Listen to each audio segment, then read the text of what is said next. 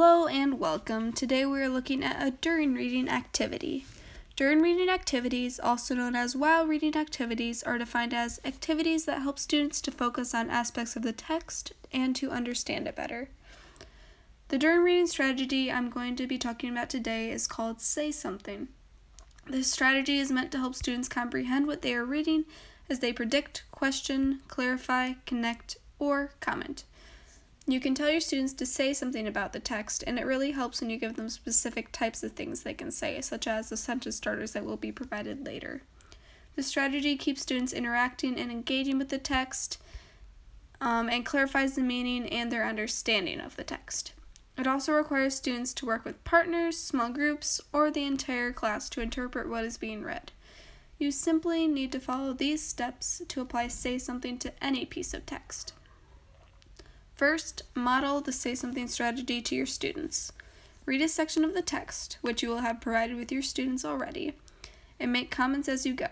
Tell them things you were confused by, wondered about, words you didn't know, connections you made between the text and your own life, and anything else that pops into your head as you read.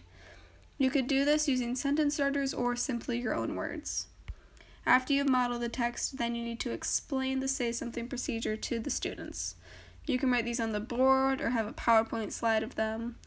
Tell the students that when they say something, they must identify an unfamiliar vocabulary term, make a prediction, ask a question, clarify something they misunderstood, make a connection, or make a comment.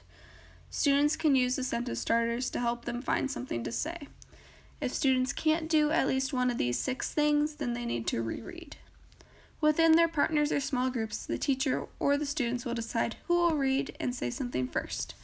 Each student should say something about the text that they have read. The other student's job is to respond or offer feedback to what each student says. So now we're going to look at the steps the students will follow to successfully complete Say Something in partners or groups. So the first student will read a chunk of the text aloud to the other student, and depending on the text's length and complexity, the student may read a paragraph, several paragraphs, or a page. The first few times the student does this, or for those who struggle, you can consider chunking the text ahead of time and marking where they should pause to say something. After reading, the first student stops to say something about what has been read. Their comment should be rooted in the text to support their understanding of the text. The second reading partner will respond to what was said, and they will pick up reading until the next time that they have to stop to say something. The reading partners will alternate the reading of the text, and they will talk after each section until they have completed the text. Okay, now for those sentence starters we hinted to in the beginning. Here are a few of them. So there are some that say make an inference, ask in a clarifying question, make a connection, make an argument. Of course, these are not what the students have to stick to as long as they're doing one of the things. So these are some of these, and then I have another one that I like a little bit more because it seems a bit more simple to me. So this one has all of the 6 traits that you can do: question, clarify, connect, predict, comment, or explain.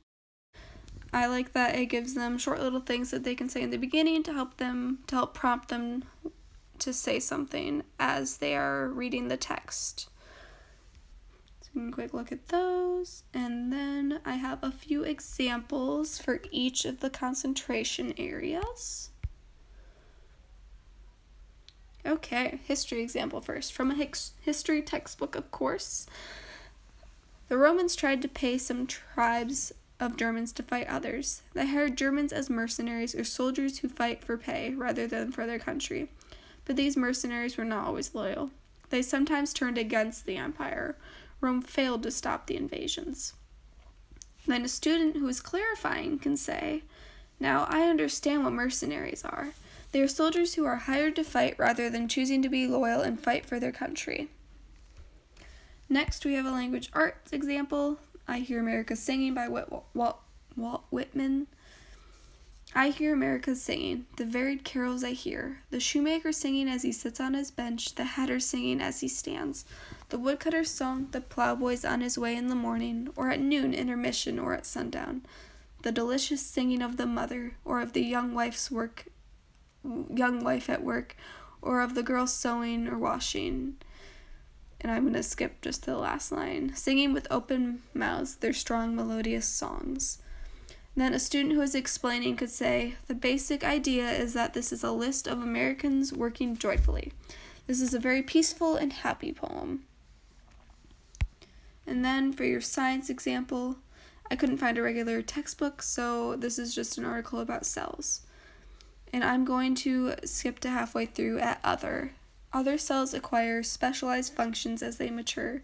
These cells cooperate with other specialized cells and become the building blocks of large multicellular organisms, such as humans and other animals. Then a student who is making a connection might say, oh, this reminds me of Legos. Cells are kind of like Legos that make up our bodies. Okay? And then we have a math example. This is a little article about what are fractions. I'm just going to read the first paragraph. A fraction is part of a whole. It's less than one whole thing, but more than zero.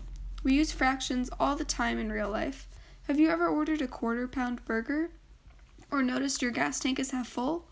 Both of these are fractions of the whole amount, a whole pound of meat, or a whole tank of gas. And then a student who is questioning might ask, what does a fraction look like if it's written out? So I hope these examples will help you when you're thinking about how to say something in your own classroom. Here are my sources, and that is all I have for you today. Bye.